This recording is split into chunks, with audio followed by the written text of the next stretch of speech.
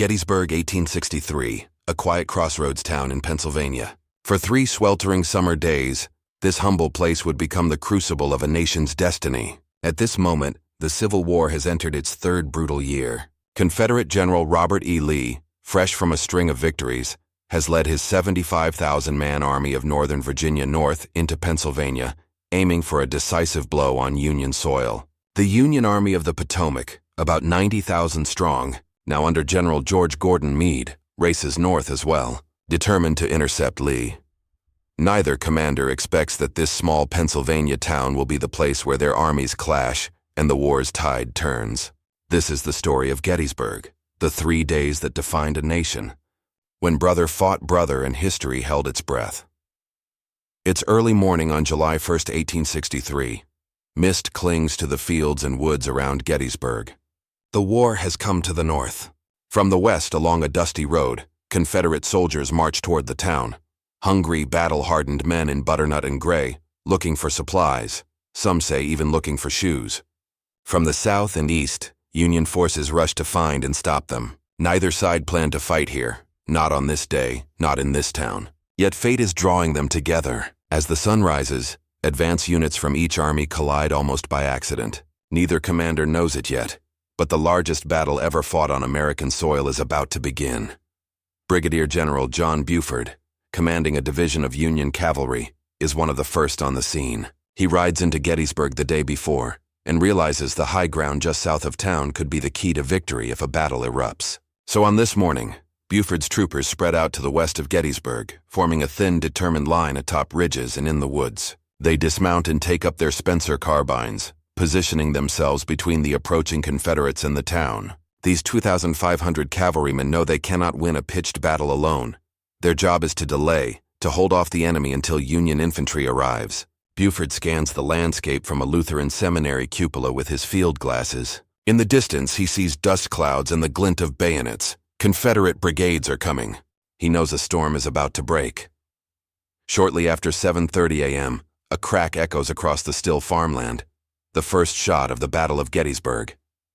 A Union cavalryman fires at the lead elements of Major General Henry Heth's Confederate division, advancing down the Chambersburg Pike. The war's fury has found Gettysburg. Heth's Confederate soldiers, veterans from North Carolina and Mississippi, deploy into battle line, exchanging volleys with Buford's dismounted troopers. The Union men fire rapidly with their breech-loading carbines, slowing the gray tide, but they are badly outnumbered. They fight desperately, yielding ground inch by inch back toward the town. All they need is to hold long enough for help to arrive, and help is on the way. Galloping up from the south is the Union First Corps, led by Major General John F. Reynolds, one of the Union Army's finest commanders. Reynolds arrives around 10:30 a.m., greeting Buford with relief. Without hesitation, Reynolds throws his lead units into the fray to support Buford. These fresh Union infantrymen belong to the famous Iron Brigade, tough Westerners in distinctive black hats. They charge into the woods along McPherson's Ridge with fearless determination, slamming into Heth's surprised Confederates. Amid the chaos, General Reynolds, while directing his troops and shouting encouragement, "Forward, men! Forward, for God's sake, and drive those fellows!" falls from his horse. He's been struck in the head by a sharpshooter's bullet and killed instantly. The Union's field commander on the scene is dead within the first hours of battle. Reynolds's men, enraged and grieving, keep fighting, managing to rout part of Heth's line and even capturing a Confederate general in the melee. But the Union force is still heavily outnumbered as more Confederate brigades arrive. By early afternoon, the battle grows in intensity. Reinforcements pour in for both sides. Now nearly 20,000 Union soldiers are engaged, facing about 30,000 Confederates. The fight spreads north and west of Gettysburg. Roads leading into town become arteries for arriving troops, and the fields erupt in musket fire, cannon blasts, and battle cries. On the Union side, a new commander arrives to take charge after Reynolds' death.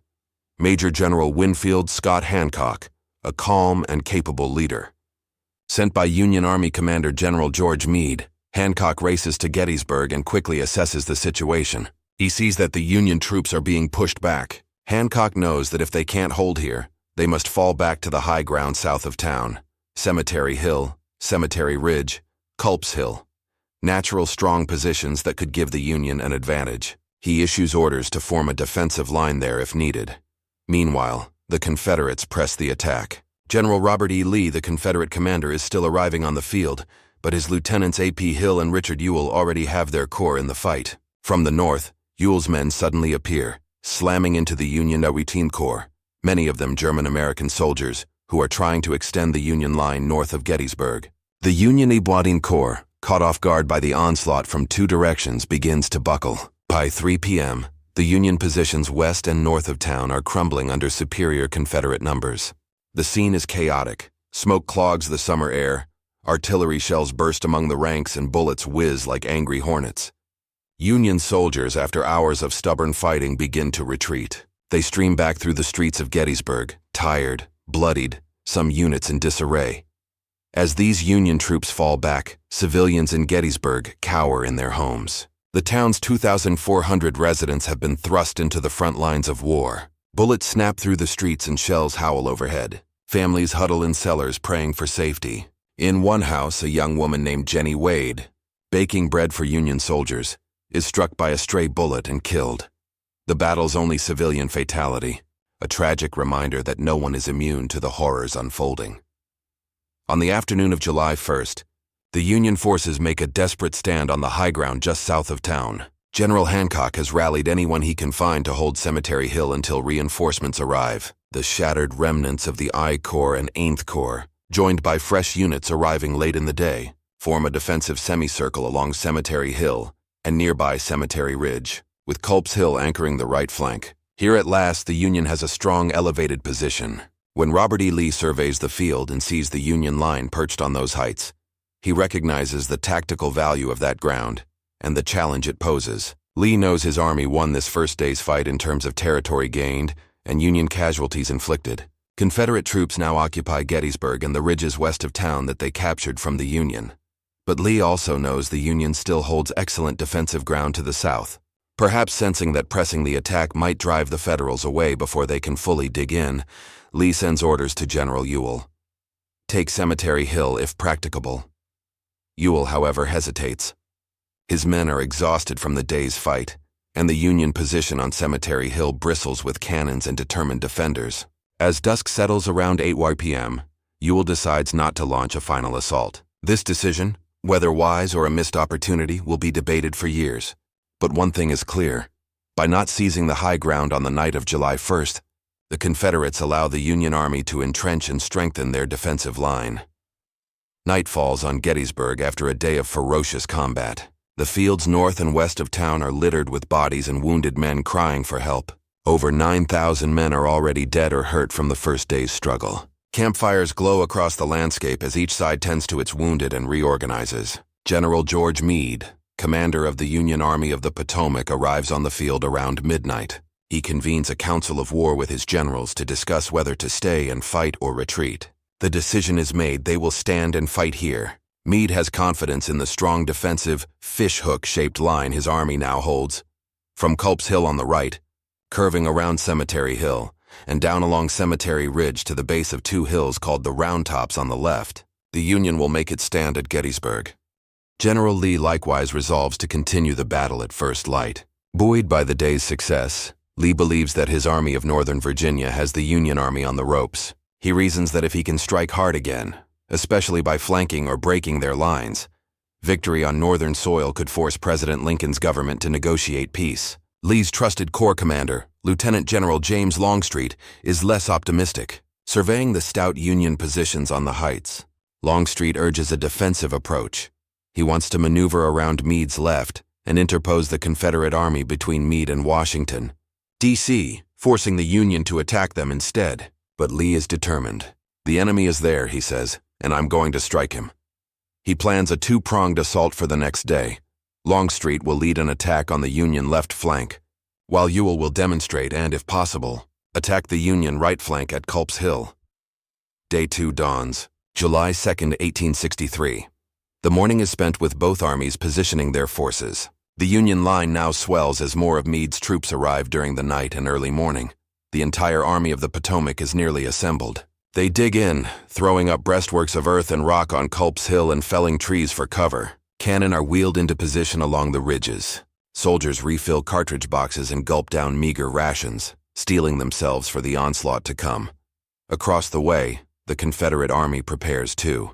Lee's plan for this second day is ambitious. He wants to hit both ends of the Union fishhook line. He orders Longstreet's 1st Corps, reinforced by part of A.P. Hill's Corps, to strike the Union left. This will be the main assault, aiming to roll up the Union flank from a hill called Little Round Top, through a wheat field and a peach orchard, and up Cemetery Ridge. Meanwhile, Lee intends for Ewell's Corps to apply pressure on the Union right at Culp's Hill and Cemetery Hill to prevent Meade from shifting troops to bolster his left. It's a sound plan in theory. Attack both flanks and stretch the Union defense to the breaking point. Executing this plan, however, proves difficult. Longstreet's assault, intended for early morning, is delayed. There is confusion in moving troops into position without being spotted, and Longstreet, who still disagrees with the plan, takes time to prepare. Hour after hour passes under the blistering summer sun. By the time Longstreet is finally ready, it's late afternoon, around 4 p.m., and the Union forces on that flank have had even more time to entrench and reinforce. Suddenly, the calm of the afternoon is shattered. Confederate artillery opens up a furious barrage, and Longstreet's infantry emerges from the woods in wave after wave, descending upon the Union left flank. The second day's battle explodes in bloody fury at places that will forever after be famous: Devil's Den, the wheat field, the peach orchard, and Little Round Top. Major General Dan Sickles, commanding the Union 3 Corps, has unfortunately moved his men forward off the strong high ground of Cemetery Ridge earlier that day, creating a vulnerable salient at the peach orchard. Now Longstreet's veterans slam into Sickles's advanced line with tremendous force. Cannon thunder and shells rip through ranks of men and fences alike. At the peach orchard, Confederate brigades under General Lafayette McLaws crash into Union troops, and carnage ensues among the peach trees as men fall by the scores amid sweet fruit turned sour by gunpowder and blood. Further toward the Union left, at a boulder-strewn area known ominously as Devil's Den, Confederate General John Bell Hood's division attacks. Texas and Alabama regiments charge at Union sharpshooters and infantry posted among the rocks. A savage close-range fight erupts around the craggy boulders. Rifles fire at point blank. Soldiers stab with bayonets in the rocky maze. Devil's Den earns its name as it becomes a slaughter pen. Within an hour of brutal combat, Confederates seize Devil's Den, capturing some Union cannons there but at heavy cost. General Hood himself is badly wounded, taken from the field. Yet the pivotal fight of the day is still unfolding on the far southern end of the line, at a hill called Little Round Top. This small rocky hill is the extreme left of the Union position. If it falls, the Confederate attackers could pour around the Union flank and roll up the entire line. Little Round Top is practically undefended at the start of Longstreet's attack, save for a handful of Signal Corps observers and a vigilant Union officer, General Gouverneur Warren, who realizes its importance just in time. Warren frantically sends messengers to scrape together any available troops to occupy Little Round Top before the Confederates get there. In the nick of time, a brigade led by Colonel Strong Vincent rushes up the hill, bayonets fixed, just as the first Confederate skirmishers begin climbing its slopes. Among Vincent's regiments is the 20th Maine, commanded by Colonel Joshua Lawrence Chamberlain, a college professor turned soldier. Chamberlain and his 386 men are placed at the absolute end of the Union line on Little Round Top's slope.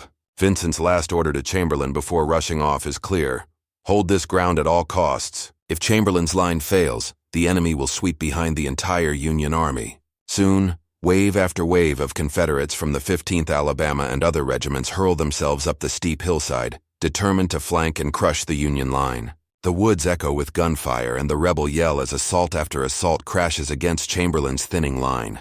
The 20th Maine fights like men possessed, volleying musket fire downhill, then grappling in hand-to-hand combat when Confederates reach their positions. They repel one assault then another. The Maine men are running dangerously low on ammunition. Many have only 1 or 2 shots left. Some are completely out. Colonel Chamberlain faces a dire choice. Retreat is not an option. There is nowhere to go but defeat. In that desperate moment, he decides on a bold, almost suicidal tactic: a bayonet charge. Chamberlain orders his men to fix bayonets. Then, sword in hand, he commands his regiment to sweep forward down the hill in a sudden counterattack. "Bayonet!" he shouts. The ragged, exhausted Maine men come to life, yelling as they surge downhill with bayonets gleaming. The Confederates scrambling up the slope, shocked by this sudden onslaught from the very men they thought were nearly beaten, falter and fall back in confusion. Chamberlain's daring move works. His men slam into the astonished Confederates, capturing hundreds and sending the rest fleeing down the hill. Against all odds, Little Round Top is saved. The Union left flank holds. A crucial corner of the battle, and perhaps the war, has just been secured by one regiment's valor and audacity. Yet the fight on day 2 is far from over. To the right of Little Round Top, fierce combat engulfs a patch of farmland that will forever be known as the wheat field. Control of this wheat field changes, hands multiple times as brigades charge and countercharge, through golden grain that by evening is trampled flat and stained red. Over 4,000 men become casualties in that 20-acre field alone, a gruesome harvest of death. Nearby, the area dubbed the Peach Orchard has turned into a bloody shambles. General Sickles's forward position collapses under the Confederate onslaught. Sickles himself is horrifically wounded, his leg shattered by a cannonball. He later has it amputated. Grimly, he sends the amputated leg to a medical museum. The remnants of the Union III Corps fall back in disorder toward Cemetery Ridge. In these critical moments, the Union Army's interior lines prove vital. General Hancock, commanding the Union II Corps at the center, rushes regiments and artillery to plug the gaps and reinforce the battered left flank. The Union V Corps, fresh reserves, also bolsters the line. Battery after battery of Union artillery unleashes canister shot, tin cans packed with iron balls that turn cannons into giant shotguns, ripping through Confederate ranks at close range. This intense fire and the courageous counterattacks by Union soldiers managed to halt Longstreet's offensive across the line. By around 6:01 or 7:00 p.m., the furious fighting on the Union left finally subsides. Smoke hangs thick over fields carpeted with the fallen. The Confederates have gained some ground, Devil's Den, the Peach Orchard, and the lower slopes of some hills.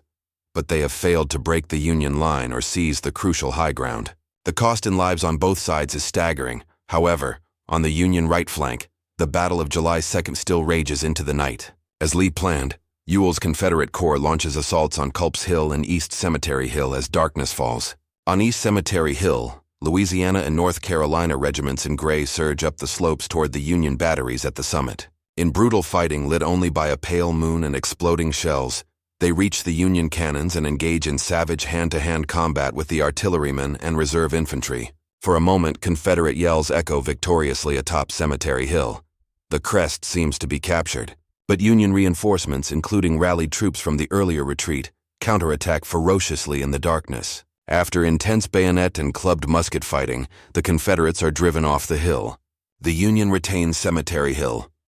Meanwhile, at Culp's Hill, a wooded eminence anchoring the Union right, General Edward Allegheny Johnson's Confederate division attacks in the gathering dusk.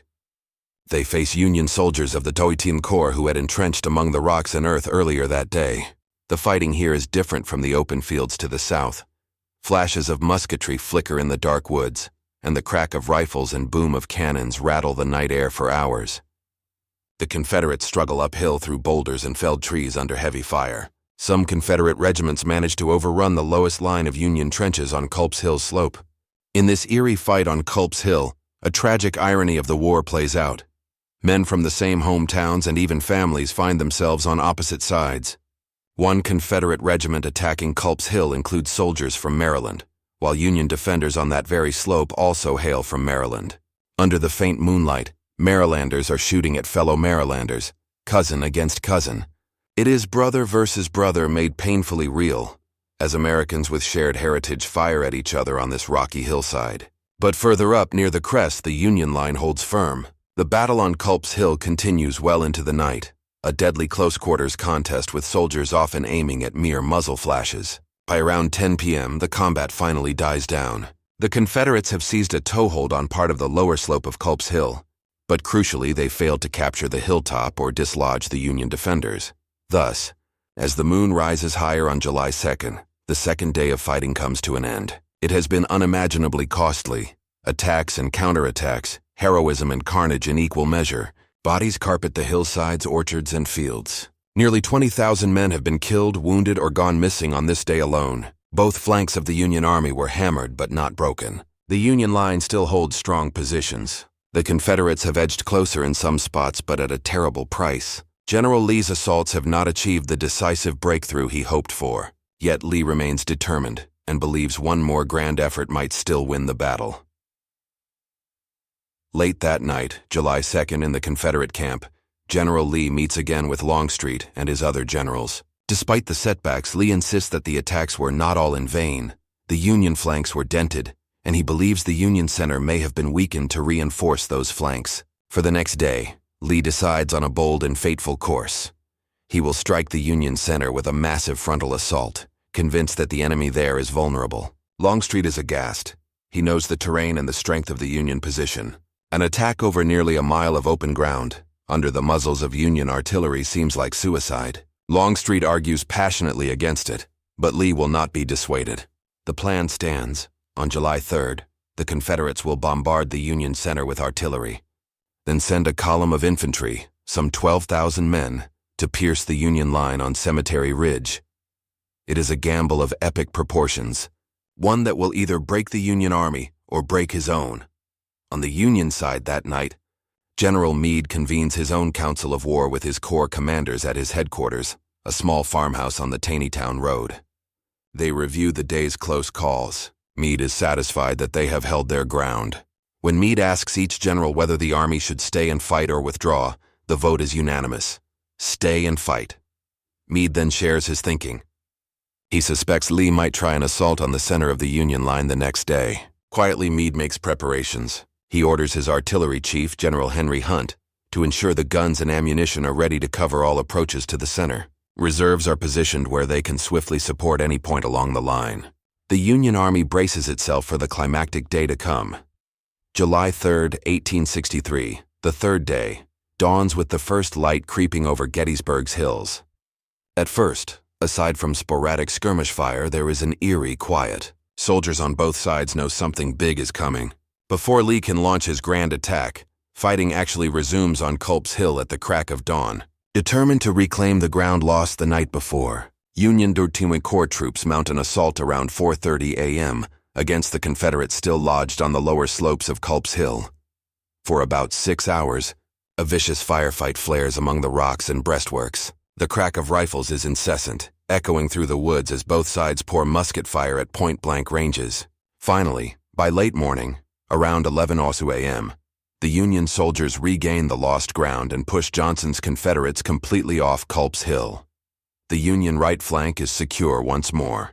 Lee's secondary plan, a simultaneous flank attack, has been foiled. Late morning brings an unsettling lull. A stillness settles over the battlefield, broken only by the moans of the wounded and the heat shimmering in the July sun. Many Confederates quietly prepare for what they know is coming, the great assault on the center. They write notes to loved ones or pin scraps of paper with their names and hometowns inside their uniforms, grimly aware of the odds. On Cemetery Ridge, Union troops peer out from behind their stone wall breastworks at the open fields ahead, wondering what Lee is planning. Officers pace, double-checking their lines, and share quiet words with their men to steady their nerves. Around 1 p.m., the stillness is suddenly shattered by the thunder of artillery. Confederate gunners have opened a massive bombardment, the signal that the grand charge is imminent. Immediately, about 140 Confederate cannon lining Seminary Ridge belch flame and iron, aiming straight at the Union center on Cemetery Ridge.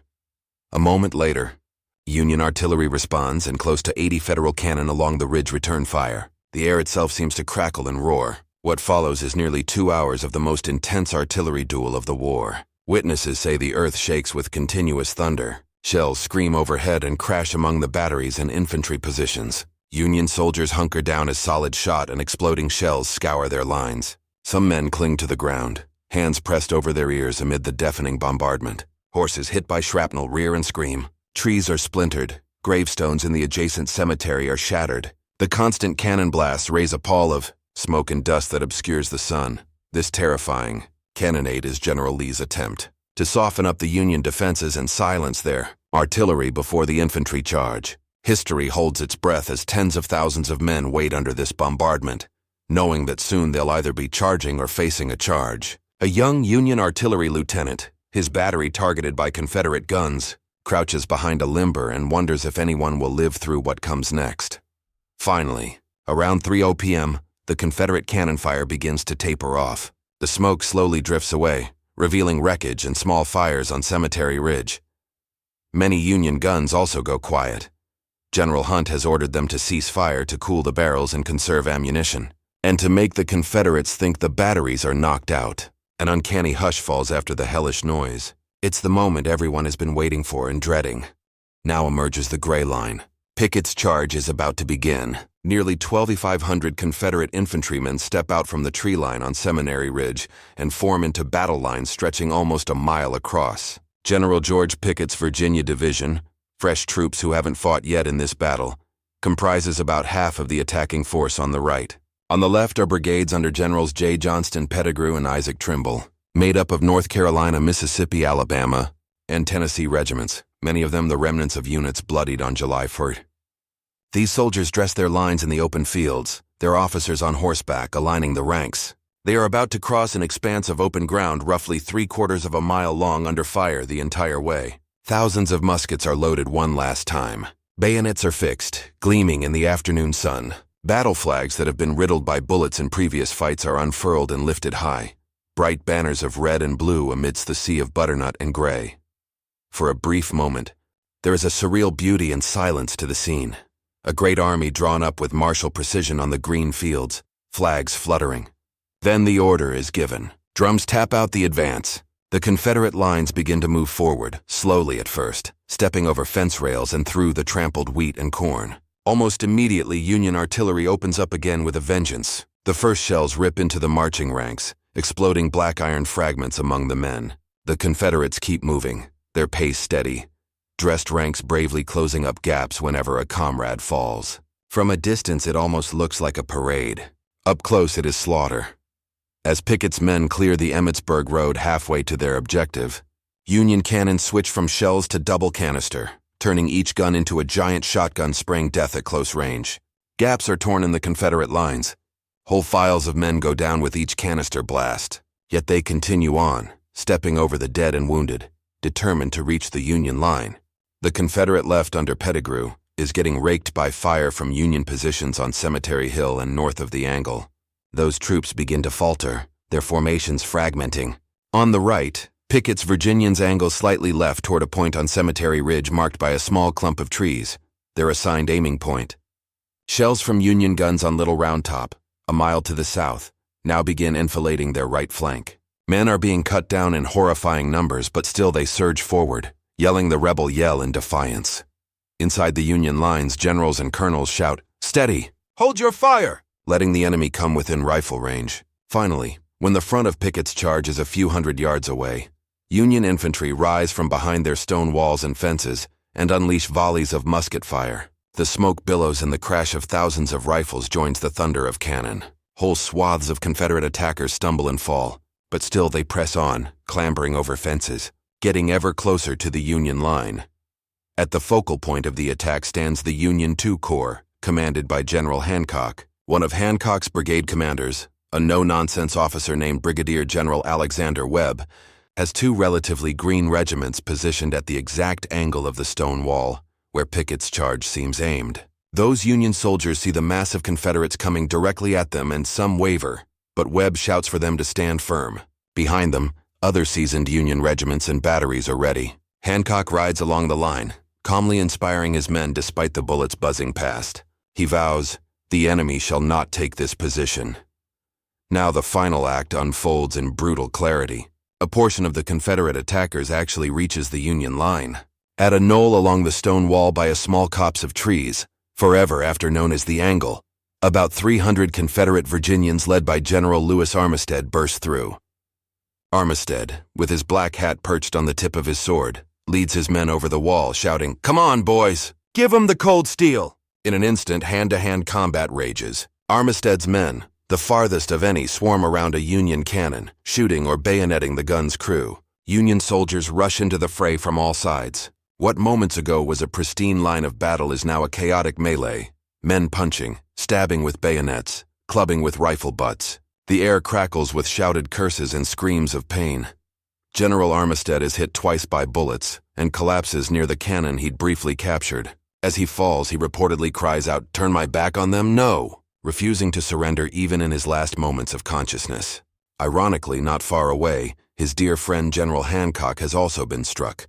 A bullet has ripped into Hancock's thigh, and he's being helped from his horse, refusing to leave the field until the fight is decided. These two men, once close friends in the pre-war army, now both lie bleeding on opposite sides of the line in the greatest battle of the war. Within a few ferocious minutes, the Confederate thrust is repulsed. Union soldiers and reserves converge and overwhelm the intruders at the angle. Those Confederates not killed or captured fall back. Along the rest of the line of Pickett's charge, the story is the same. No attackers made it as far as Armistead's group. Seeing the breakthrough attempt collapse, the remaining Confederates begin to retreat. What had been an organized assault is now utter ruin. A great moan and wail goes up from the Union line, partly a triumphant cheer, partly a cry of relief and anguish at the terrible cost. Thousands of Confederate soldiers lie sprawled on the field, dead or wounded. The once proud assault columns are now shattered remnants fleeing for the safety of the ridge they came from. Some Union infantry start to leap over the wall, wanting to pursue or gather in prisoners. A young officer calls out, "Don't shoot them as they run! Let them go!" The sight of the slaughter has tempered even some hardened hearts. General Lee, watching grimly from Seminary Ridge, murmurs to a subordinate, "Too bad. Oh, too bad." He rides out to meet the survivors as they straggle back, many with torn uniforms and shocked expressions. "It is all my fault," Lee tells them. He takes responsibility, trying to rally his men to prepare for a possible Union counterattack. He tells Pickett to reform his division. Pickett, whose glorious division has been virtually destroyed in less than an hour, is said to reply in anguish, "General Lee, I have no division now. The Confederate high water mark has been reached and turned back. In that one grand charge, the Confederacy's bid for victory on northern soil has been shattered. More than half of the men in Pickett's charge are casualties. Out of 2,500 who advanced, over 6,000 are dead, wounded, or captured. Entire regiments have been nearly wiped out. The field between Seminary Ridge and Cemetery Ridge is nothing but lines of crumpled bodies, broken flags, and smoking shell holes. It is a scene of indescribable poignancy and horror.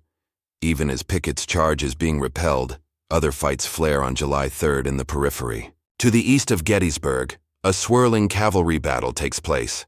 Confederate cavalry under General J.E.B. Stuart, who arrived late to the battle, had been attempting to swing around behind the Union Army to strike at the rear during the big assault. But they are met by Union cavalry led by young Brigadier General George Armstrong Custer. In a dramatic clash of sabers and pistols amidst the rolling fields and orchards, Custer, with his long blonde hair flowing, personally leads the Michigan Wolverines in a headlong charge into Stuart's troopers, shouting, "Come on, you Wolverines!" The opposing cavalry forces collide with a metallic crash, and a wild melee ensues. After intense fighting, Stuart's cavalry is beaten back, their attempt to flank the Union thwarted. Custer's bold action, and the stout defense by other Union cavalry brigades, ensure that the Union rear and supply trains remain safe. Meanwhile, south of Gettysburg, near the base of Big Round Top, another smaller tragedy unfolds. Union General Judson Kilpatrick, perhaps seeking glory on this decisive day, orders one of his cavalry brigades to make a direct mounted charge against well-entrenched Confederate infantry of Longstreet's corps. It's a rash order. The young Union Colonel Elon Farnsworth, outraged at the futility, initially protests but ultimately obeys. He leads his men on horseback across broken ground against the Confederate right flank. Rebel bullets tear into the mounted line. Men and horses tumble to the ground. Farnsworth himself is shot multiple times and dies on the field. The attack accomplishes nothing, a poignant, needless loss at the very end of the battle. By evening of July 3rd, the guns gradually fall silent. The Battle of Gettysburg is over. The Union line stands unbroken. The Army of Northern Virginia, Lee's proud army, has failed in its grand offensive. Both armies remain facing each other, utterly exhausted and holding their respective lines, as a violent summer storm rolls in that night. Thunder and lightning and torrents of rain pummel the battlefield, as if the heavens themselves are weeping and raging at the carnage below. The cost of the 3-day battle is staggering. Roughly 51,000 soldiers are dead, wounded, or missing, about 23,000 from the Union side, and 28,000 from the Confederate. Gettysburg is the bloodiest battle in American history. The scale of suffering is almost unimaginable. Fields are so thick with bodies that one can walk hundreds of yards, stepping only on the fallen.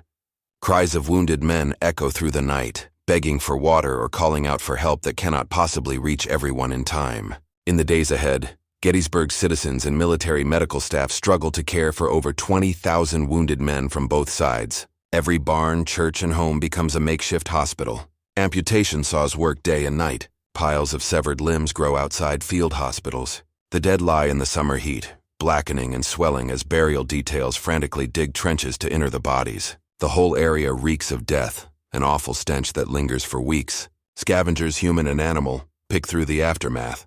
Civilians watch in horror. Their once peaceful town is now a charnel house. July 4, 1863. Ironically, Independence Day, dawns with gray skies and pouring rain. General Lee, his army grievously wounded, knows he cannot wait in enemy territory any longer. He organizes a withdrawal. Long trains of wagons filled with wounded men start the agonizing journey back toward the Potomac River. So many hurt men are carried that the wagon train stretches over 14 miles long, earning the nickname, the Wagon Train of Misery. Lee's beaten army begins to retreat, slipping away through the mud. The Union Army, equally exhausted and badly hurt, does not immediately pursue with full force, squandering a chance to perhaps end the war right then and there. Meade's cautious pursuit in the following days allows Lee to escape back into Virginia. President Lincoln will later be troubled that Meade let Lee get away, but in truth, both armies were at the limits of endurance after Gettysburg. Though the war continues for 2 more terrible years, Gettysburg is remembered as a turning point. It is the high watermark of the Confederacy, the closest the South ever comes to winning the war outright. Lee's invasion is stopped. He will never again venture into Northern territory. From this point on, the momentum slowly shifts in the Union's favor. The very next day, July 4th, far to the west, the vital Confederate stronghold of Vicksburg on the Mississippi River falls to General Ulysses S. Grant, a twin blow to the Confederacy. These 2 Union victories at Gettysburg and Vicksburg mark the beginning of the end for the rebellion. In November 1863, 4 months after the battle, the people of Gettysburg dedicate a new Soldiers' National Cemetery on Cemetery Hill to honor the Union dead. President Abraham Lincoln journeys to Gettysburg to speak at the dedication. In just 272 words, the now immortal Gettysburg Address, Lincoln manages to articulate the larger meaning of the war and the sacrifice at Gettysburg. He praises the soldiers who gave the last full measure of devotion so that the nation might live. He resolves that these dead shall not have died in vain, and calls for a new birth of freedom, so that government of the people, by the people, for the people, shall not perish from the earth. Lincoln's address, so short that the crowd is surprised when it ends, eloquently ties the Union's cause to the principles of liberty and equality. Gettysburg, through Lincoln's words, becomes not just a Union victory, but a symbol of national rebirth. Gettysburg, a name that will forever evoke images of courage and carnage, sacrifice and resolution, a once quiet town now eternally famous. In those 3 days of July 1863, the fate of the United States of America hung in the balance. It was truly 3 days that defined a nation. The battle began almost by accident, but it ended by altering the course of history. Here, Union soldiers, men from Maine to Minnesota, stood firm against ferocious assaults and proved that the Union would not be sundered. Here, Confederate soldiers, who had marched farther north than ever before, made their valiant stand and met their match. Gettysburg was the moment of truth for the Civil War. Would the United States survive, or would it split in 2? At Gettysburg, that question was answered in blood and thunder.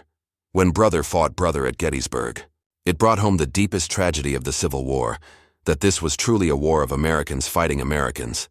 Sometimes literally family against family. Friends who had gone to West Point together faced each other across lines of battle. Brothers and cousins found themselves in opposing regiments, especially in divided border states. The battle's brutality showed that the nation could tear itself apart.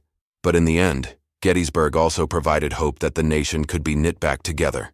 The Union victory, at such a high cost, meant that the American experiment, a nation conceived in liberty and dedicated to the proposition that all men are created equal, would continue. Years later, veterans of both North and South returned to Gettysburg's fields to reminisce and reconcile. They erected monuments where they had fought, to honor their comrades who never left this hallowed ground. Old men, once enemies, shook hands across the stone wall at the angle where they had exchanged fire in their youth. These fields, once places of violence, became a place of remembrance and unity. Today, Gettysburg is quiet again.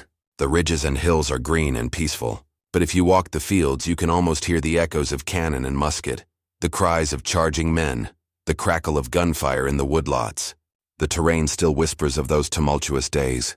Seminary Ridge, Cemetery Hill, Little Round Top, Devil's Den, the Wheatfield, Pickett's Charge, each name a chapter in the story of Gettysburg.